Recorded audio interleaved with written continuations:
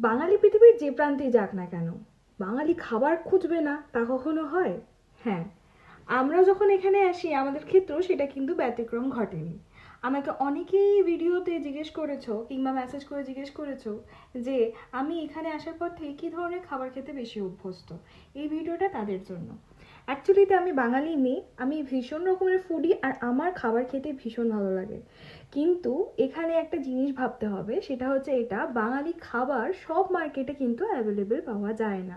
এখানে কিছু ডেডিকেটেড পাকিস্তানি কিংবা বাংলাদেশি মার্কেটই আছে যেখানে আমরা পোস্ত, ডাল, ভাত এগুলোকে সহজেই পেতে পারি। কিন্তু আরও একটা জিনিস মাথায় রাখার ব্যাপার হচ্ছে যে এখানকার যে স্থানীয় খাবারগুলো আছে সেগুলো আমাদের বাঙালি খাবারগুলোর থেকে কিন্তু সস্তা পড়ে। তাই বেসিক্যালি লং টার্মে সাস্টেন করার জন্য আর হেলদি থাকার জন্য আমি তাই বাঙালি খাবারের সাথে অল্প অল্প করে ড্যানিসে bread, butter, cheese, omelette, salads এইসবের খাপ খাওয়াচ্ছি।